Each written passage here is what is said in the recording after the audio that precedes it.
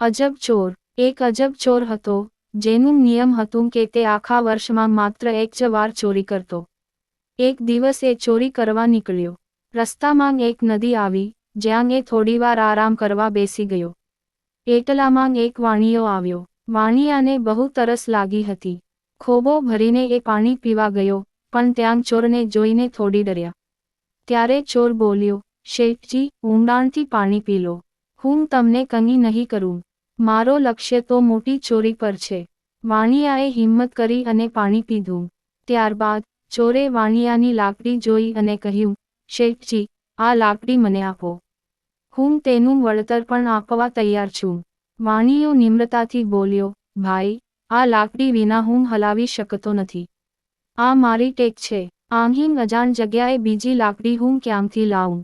આ સાંભળીને ચોરે લાકડી તેના હાથમાંથી ઝૂંટવી લીધી. જ્યારે ચોરે તે લાકડી ચીરી, ત્યારે અંદરથી 4 મોંઘા રત્નો નીકળ્યા. ચોર હસીને બોલ્યો, શેઠજી, મેં તમને કહ્યું હતું કે હું તમારું કશું લૂંટતો નહીં. તમારા રત્ન લઈને તમારું ભલું કરો. ચોરે છેલ્લે પૂછ્યું, શેઠજી, તમે ક્યાં જાવ છો? વાણિયાએ જવાબ આપ્યો, ઉજ્જૈની નગરી. ચોર બોલ્યો, ઉજ્જૈનીના રાજા વીર વિક્રમને કહેજો કે આજે રાતે હું રાજમહેલમાં ચોરી કરવા આવું છું. તેઓ તૈયાર રહે. વાણિયાએ આ વાત રાજા વિક્રમને કહી. રાજા હસ્યા અને વિચાર કર્યો, આવા ઠઠેવાળા અને બહાદુર ચોરના ખેલ જોવા જેવું હશે. રાજાએ ગામમાં જાહેર કર્યું કે રાતે તમામ ચોકીદારોને છૂટું રાખવામાં આવશે, અને નગરવાસીઓને પણ નિરાંતે સૂઈ જવા કહ્યું. રાજા પોતાના નગરની રાત્રિ પહેરેદારી માટે પોતે તૈયાર થયા. રાત્રિના દ્રશ્ય. ચોર નગરની દિવાલ પર ચડ્યો, પરંતુ અંદર એ જોતાં જ ઊભો રહ્યો, કારણ કે રાજા ચોરના વેશમાં ઊભા હતા. ચોરને લાગ્યું કે આ પોતાનો સાથી છે. ચોર અંદર ગયો અને વાતચીત શરૂ થઈ. રાજાએ પોતાને નગરના ભોમિયા તરીકે રજૂ કર્યો અને ચોરને બતાવવાનું શરૂ કર્યું કે ક્યાં ચોરી કરી શકાય. ચોર પહેલી વખત એક ઘરમાં ગયો. અંદર શેઠ અને શેઠાણી ઊંઘમાં હતા. શેઠાણી ઊંઘમાં બોલી, કોણ છે, ભાઈ? આ સાંભળી ચોર તરત બહાર આવ્યો અને રાજાને કહ્યું, શેઠાણી મને ભાઈ કહી છે. હું અહીંથી કશું ચોરી કરી શકતો નથી. આ તો મારા માટે લાજ રાખવા જેવી વાત છે. ચોર અંદર ગયો અને શેઠાણીના પથારીમાં સોનાનો વેણ મૂકીને બહાર આવ્યો. બીજું ઘર ખોલ્યું. ચોર અંદર ગયો, જ્યાં મીઠાની ગુણ હતી. એના મોઢામાં મીઠું નાખતાં જ એ તાત્કાલિક બહાર આવ્યો અને રાજાને કહ્યું, મીઠું મારા પેટમાં પડ્યું છે. હું લૂંઢરામ થઈશ નહીં. આગળ ચાલતા ત્રીજું ઘર આવ્યું. ચોર અંદર ગયો અને જુવારના કોથળા પર હાથ મૂક્યો.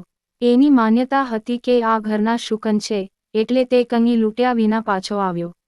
હવે રાજાએ હસીને કહ્યું, ચાલ, રાજમહેલમાં ચાલીએ.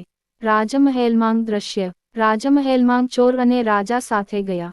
મહેલ ખાલી હતો, અને રાણી સોનાના પાયાવાળી ખાટ પર સૂતી હતી. ચોરે નક્કી કર્યું કે પાયાં ચોરી લેવાનું.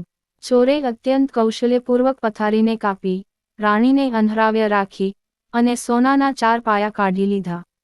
બહાર આવ્યા પછી ચોરે પાયા વહેંચવાનો પ્રયાસ કર્યો, પણ રાજાએ કહ્યું, મને એક જ પાયો આપો. મહેનત તો તારી છે.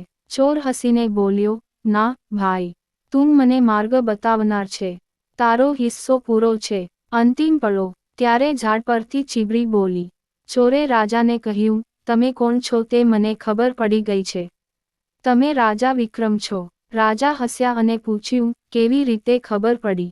ચોર બોલ્યો, મને પંખીઓની ભાષા સમજાય છે.